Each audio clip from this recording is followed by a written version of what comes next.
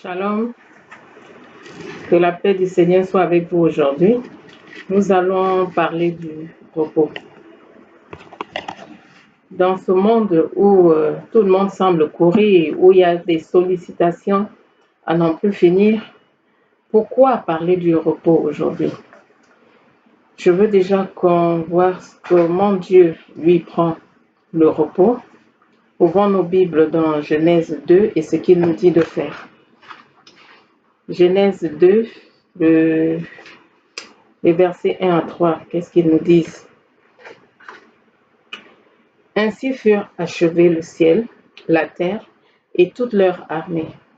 Le 7e jour, toute l'œuvre que Dieu avait faite était achevée et il se reposa au 7e jour de toute l'œuvre qu'il avait faite. Dieu bénit le 7e jour et le sanctifia. Car en ce jour, Dieu s'était reposé de toute l'œuvre qu'il avait créée. Dieu s'était reposé. Vous êtes-vous déjà posé cette question? Pourquoi Dieu, qui n'est pas fait de chair comme nous sommes, s'est reposé? Vous êtes-vous déjà posé cette question? Pourquoi a-t-il fallu qu'il crée toutes choses pendant 6 jours et que le 7e jour, il décide de se reposer, il décide de rester dans le calme, dans la tranquillité et qu'il regarde, qu'il se réjouisse de ce qu'il a fait? Pourquoi vous ne vous êtes jamais posé cette question? C'est important que nous nous attardons là-dessus aujourd'hui. Parce que le dernier verset du chapitre 1 nous dit que Dieu vit alors que tout ce qu'il avait fait était bon. Oui, c'était très bon. Donc Dieu a d'abord pris la peine d'apprécier ce qu'il avait fait, puis il s'est reposé. Combien de fois nous prenons la peine de regarder, essayer d'apprécier ce que nous faisons, essayer de juger, essayer de réfléchir par rapport à ce que nous faisons? Combien de fois prenons-nous du temps pour nous reposer? Combien de fois, je veux dire, dans la semaine, dans le mois, combien de fois est-ce qu'on se repose? Est-ce que vous prenez la peine de vous reposer? Est-ce que vous prenez la peine de faire un break sur tout ce qui vous concerne, tout ce que vous faites, toutes vos activités? Quand je vois certains enfants de Dieu, toute la semaine, si ce ne sont pas des études, c'est le travail. On finit avec le travail. Le samedi, on est déjà dans les activités de l'église, peut-être le groupe des femmes, peut-être le groupe de louanges, peut-être le groupe de prière, peut-être le groupe des jeunes, le samedi. Le dimanche, le culte nous prend déjà presque toute la matinée. Et l'après-midi, certains sont encore dans des activités, peut-être passage, peut-être linge, et que sais-je. Et la semaine est finie. Ainsi, on accumule des mois et des mois, des mois et des mois de super activités. Super activités. Si Dieu s'est reposé le 7e jour, nous sommes créés à son image. Nous devons penser à nous reposer. C'est très important. Pensons à nous reposer. Est-ce que nous savons que le repos, c'est un commandement que Dieu nous donne? J'étais encore frappée de lire ça récemment. Dans Exode 20, généralement, quand on cite les 10 commandements dans Exode 20, qu'est-ce qu'on fait? Oui, on va citer, il faut fuir l'idolâtrie. Oui, quand on décide d'obéir aux 10 commandements, on va dire oui, je ne vole pas, je ne mens pas, je ne convoite pas la femme d'autrui ou le mari d'autrui. Mais combien d'entre nous obéissons à ce commandement qui se trouve au verset 9, déjà pour commencer? Tu travailleras 6 jours et tu feras tout ton ouvrage. Verset 10. Mais le 7e jour est le sabbat de l'Éternel ton Dieu. Tu ne feras aucun ouvrage, ni toi, ni ton fils, ni ta fille, ni ton serviteur, ni ta servante, ni ton bétail, ni l'étranger qui réside chez toi. Car en 6 jours, l'Éternel a fait le ciel et la terre, la mer et tout ce qui s'y trouve. Et il s'est reposé le 7e jour. C'est pourquoi l'Éternel a béni le jour du sabbat et il l'a sanctifié. Est-ce que vous savez que c'est un commandement du Seigneur? Parmi les 10 commandements que Dieu a donnés à Moïse, il a dit, nous devons respecter le sabbat, nous devons nous reposer. On doit choisir, ne serait-ce qu'un jour de la semaine, ne serait-ce qu'un jour du mois, ou une période de l'année où nous nous reposons. Où nous nous reposons. Regardons ce que Jésus a fait avec ses disciples. Dans le livre de Marc, nous allons lire le chapitre 6.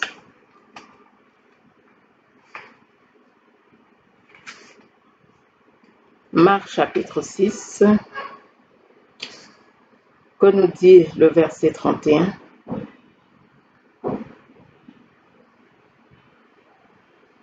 Marc chapitre 6. Les apôtres se rassemblèrent auprès de Jésus et lui racontèrent tout ce qu'ils avaient fait et ce qu'ils avaient enseigné. Il leur dit, venez à l'écart dans un lieu désert et reposez-vous un peu, car beaucoup de personnes allaient et venaient et ils n'avaient même pas le temps de manger. Ils partirent donc dans la barque pour aller à l'écart dans un lieu désert. Voilà comment Jésus s'est comporté avec ses disciples. Les apôtres qui sont arrivés et qui ont raconté tout ce qu'ils ont fait, qu'est-ce que Jésus a dit? Mettez-vous à l'écart, dans un lieu désert, reposez-vous. Il n'a pas juste dit mettez-vous à l'écart, il a ajouté dans un lieu désert. Combien de fois te mets-tu à l'écart? Combien de fois te mets-tu dans le désert? Est-ce que tu sais que c'est dans le désert que Dieu peut te parler, Dieu peut te donner de nouvelles révélations, Dieu peut te confier des choses, c'est dans le désert que Dieu peut te parler, que tu entendes sa voix, qu'il te donne de nouvelles instructions. Est-ce que tu sais que c'est dans le désert, quand tu te retires, quand tu te recules, mais plus maintenant pour le repos, dans le désert, dans le lieu désert, à l'écart, c'est là que Dieu va te parler, c'est là que Dieu te permettra de te reposer. Le repos est capital, enfant de Dieu. Le repos est capital pour que nous puissions recharger nos accus. Quelqu'un qui ne recharge pas ses accus, qui ne renouvelle pas ses forces, même si on dit oui, Dieu est ma force, Dieu est mon soutien, Dieu est celui qui me renouvelle, Dieu ne veut pas que nous ayons des problèmes avec notre corps. Et n'oublions pas que ce corps-là, c'est le temple du Saint-Esprit et nous devons bien en prendre soin. Pourquoi Jésus là n'avait pas dit à ses disciples, oui, peut-être manger juste et retourner parce qu'il y a du travail, il y a encore des choses à faire, il y a encore des malades, il y a encore des personnes qui doivent écouter la parole, il y a encore des personnes à qui vous devez prêcher. Pourquoi Jésus ne l'a pas fait ainsi? Pourquoi il leur a dit, mettez-vous à l'écart? Là, on dit, les personnes n'arrêtaient pas d'entrer et de sortir, n'arrêtaient pas de venir. Jésus ne leur a pas dit, oui, là, il y a du travail, mettez-vous à l'œuvre. Vous ne pouvez pas abandonner ces personnes-là comme ça, là, sans solution. Vous devez d'abord régler leurs problèmes. Ce n'est pas ce que Jésus a fait. Jésus leur a dit, mettez-vous à l'écart, allez vous reposer. Jésus savait que si les apôtres des disciples ne se reposent pas, s'ils ne partent pas, pour que le corps se repose, qu'est-ce qui allait se produire? Il n'allait même rien avoir à donner à ces personnes-là. Il n'allait rien avoir, rien recevoir pour venir donner à ces personnes. Nous, on est souvent dans la suractivité, je vais dire, suractivité, toujours en train de bosser, toujours en train de faire des choses. Si on n'est pas par-ci, on est par-là, on dit par moi et par vous, on est toujours actif. On trouve qu'il y a, oui, il y a toujours des sollicitations. Oui, il y a des personnes qui souffrent. Oui, il y a des personnes qui ont besoin de prière, des personnes qui ont besoin d'exhortation, des personnes qui ont besoin de ci, de ça. Oui, il y a mon travail. Je ne peux pas abandonner mon travail parce que. On se donne 1001 raisons pour toujours être actif. Toujours être actif. Mais Dieu nous dit aujourd'hui, apprenons à nous mettre à l'écart. Nous ne pouvons pas être clairvoyants si nous ne nous mettons pas à l'écart. Nous ne pouvons pas avoir des idées claires. Tout le monde sait que c'est là, quand on se repose, on se réveille, oui, on est déjà fortifié par les temps de repos.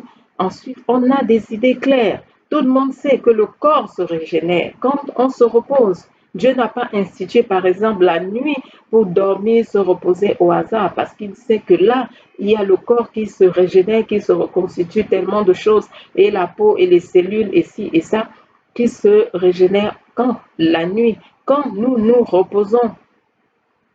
Dieu nous invite à nous reposer. Combien d'enfants de Dieu font tellement d'erreurs parce qu'ils sont fatigués? Parce qu'ils sont fatigués, ils n'apprennent pas à se reposer. Trop d'erreurs parce que le peuple de Dieu est fatigué, est épuisé. Épuisé. Et on ne le reconnaît pas. Parfois, on se dit, oh, bon, la parole de Dieu nous dit que c'est l'Éternel qui renouvelle nos forces. Oui, même si nous courons, nous ne nous lassons pas.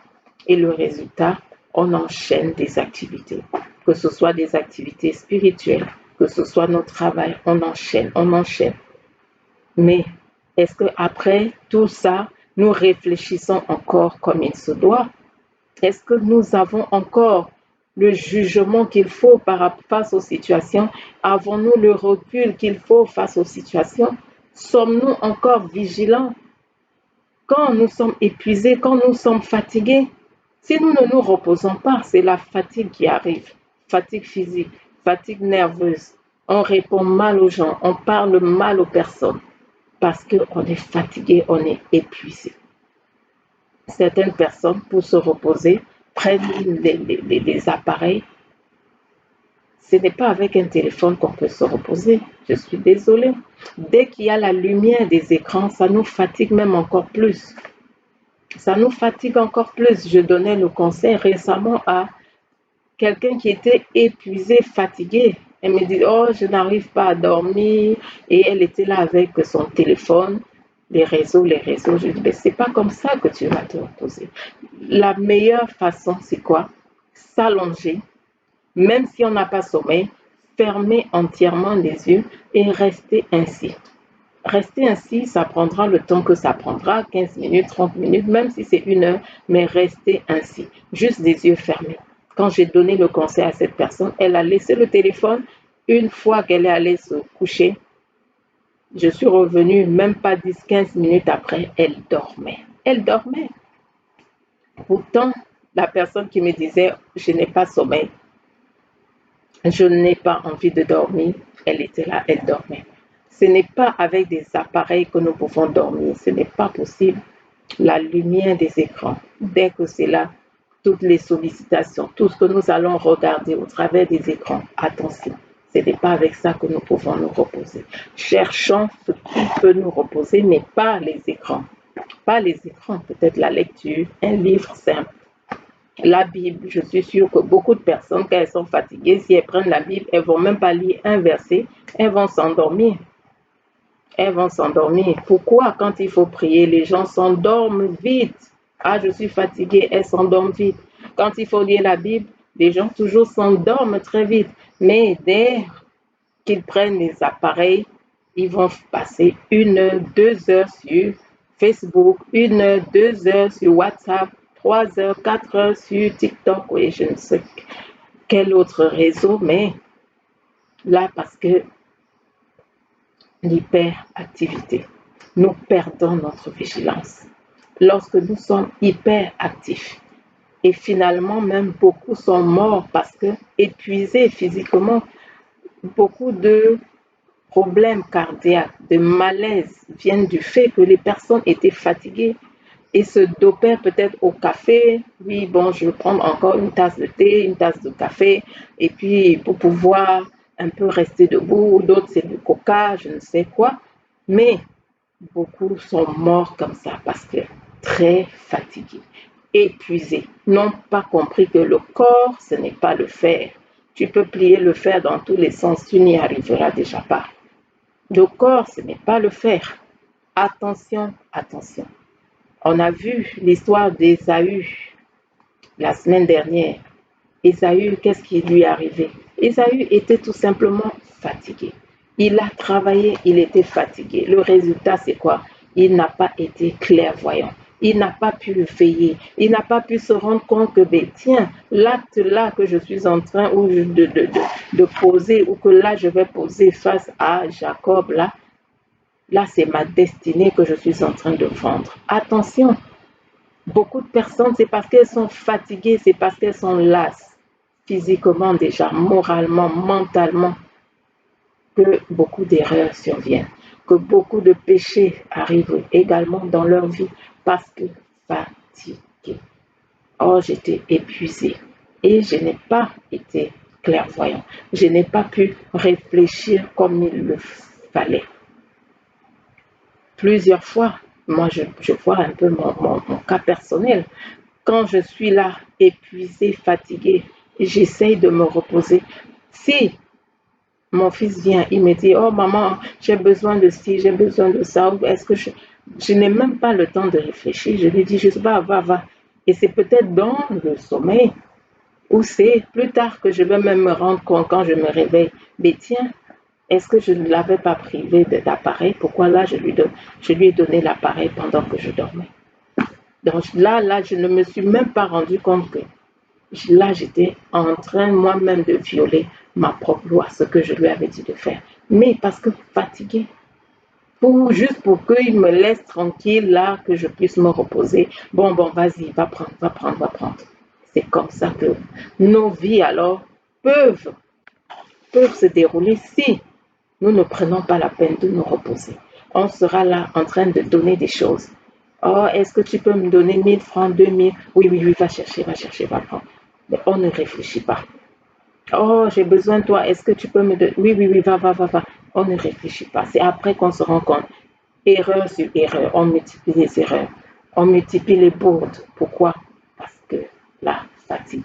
Je suis en train même, j'ai commencé un livre sur la fatigue parce que la fatigue pousse beaucoup d'enfants de Dieu à commettre des erreurs et parfois des erreurs malheureusement irréparables. Irréparables, attention, prenons la peine de nous reposer. Si nous voyons un peu ce que Ahitophel a fait, Ahitophel c'était un des conseillers d'Absalom quand Absalom s'est rébellé contre son père David. Regardez le conseil que Ahitophel donne à Absalom. Dans 2 Samuel 17, je lis à partir du verset 1. Ahitophel dit à Absalom, laisse-moi choisir 12 000 hommes. Je me lèverai et je poursuivrai David cette nuit même. J'arriverai sur lui pendant qu'il est fatigué et que ses mains sont affaiblies. Je mettrai le trouble chez lui et tout le peuple qui est avec lui s'enfuira. Je frapperai le roi seul. Nous devons réfléchir par rapport à ces versets. Méditons ces versets de 2 Samuel 17. Je vous dis que dans ma vie, j'ai été à 2 reprises puissamment attaqué par les forces des ténèbres, par la sorcellerie.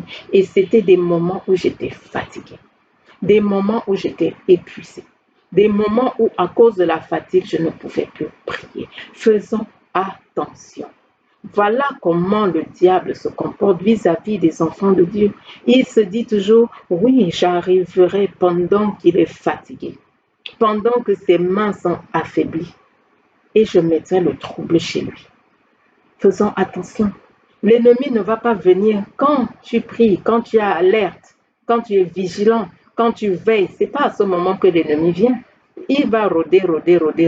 Attendre le moment où tu vas maintenant baisser les bras. Attendre le moment où tu seras fatigué. Voilà pourquoi il ne faut pas permettre que la fatigue touche ton corps. Ne permets pas que la fatigue touche ton âme ou ton esprit, que tu ne puisses plus réfléchir, que tu ne puisses plus être capable de prier. Tu ne sois plus capable de veiller parce que fatigué. Jésus savait pourquoi il disait aux apôtres, retirez-vous, allez à l'écart, allez, parce que là, si vous êtes totalement, là, toujours actif, là, vous devenez vulnérable. Là, c'est la porte ouverte à l'ennemi. Après, on ne se rend même pas compte de ce qu'on dit ou de ce qu'on fait, où on va, parce que là, on n'a plus le jugement, le recul nécessaire. L'ennemi attend, il rôde, il regarde. J'arriverai sur lui pendant qu'il est fatigué et que ses mains sont affaiblies. Es-tu fatigué? Retire-toi. As-tu les mains affaiblies? Retire-toi. Ça peut être même 2, 3 heures dans la semaine, mais retire-toi. Ça peut être une journée entière ou une demi-journée, retire-toi. Ça peut être un moment de l'année, peut-être une semaine, 2 semaines, un mois, mais retire-toi. Il faut apprendre à se retirer. Parce que si tu es fatigué, si tu as les mains affaiblies, si tu n'es plus vigilant, n'oublions jamais qu'il y a le mauvais jour. Le mauvais jour existe pour tous, pas pour les super ou super prieurs, je ne sais pas comment les appeler. Le mauvais jour existe pour tous. Dès que tu as donné ta vie au Seigneur, prépare-toi à avoir tes mauvais jours. Paul nous en parle dans Éphésiens 6. Prépare-toi à avoir des mauvais jours. Et lorsque ce mauvais jour arrivera, que tu sois alerte, que tu sois vigilant, que tu puisses faire face à ce qui vient. Faire face. Moi, aujourd'hui, je prends ça comme des regrets parce que je dis, si ces 2 attaques-là, je n'étais pas fatiguée, si je m'étais retirée pour me reposer, si j'avais été vigilante, je n'aurais pas eu telle ou telle ou telle situation. Faisons attention. L'ennemi rôde. L'ennemi ne dort jamais. L'ennemi ne dort jamais. Et il attend le moment de fatigue. Il attend des moments où nous ne pouvons plus réfléchir. Beaucoup de personnes ont perdu des millions. Pourquoi? Fatiguées, ont commis des erreurs, ne pouvaient plus réfléchir. C'est après qu'ils se disent, qu'est-ce qui m'a pris? Qu'est-ce qui m'a pris? Qu'est-ce que là j'ai fait? Quelle bourde! Pourquoi? À cause de la fatigue. Des erreurs irréparables. Faisons attention. Et surtout, n'ouvrons pas la porte à l'ennemi parce que il rôde pour regarder qui est fatigué, qui est fatigué, qui est fatigué. Et c'est là qu'il va attaquer. C'est là qu'il va se positionner. C'est là qu'il va venir pointer le nez parce qu'il se dira, là, la personne est trop fatiguée. La personne est épuisée. Elle ne peut pas réagir. Les réflexes même ne suivent pas lorsque nous sommes épuisés. Que Dieu nous bénisse et nous accorde de nous reposer. Et on se dit à très bientôt. Je profite de vous dire, priez pour moi parce que je vais être un peu à l'écart. Je me retire quelque temps, justement. Il faut que je me repose. Que Dieu vous bénisse et à très bientôt. Shalom.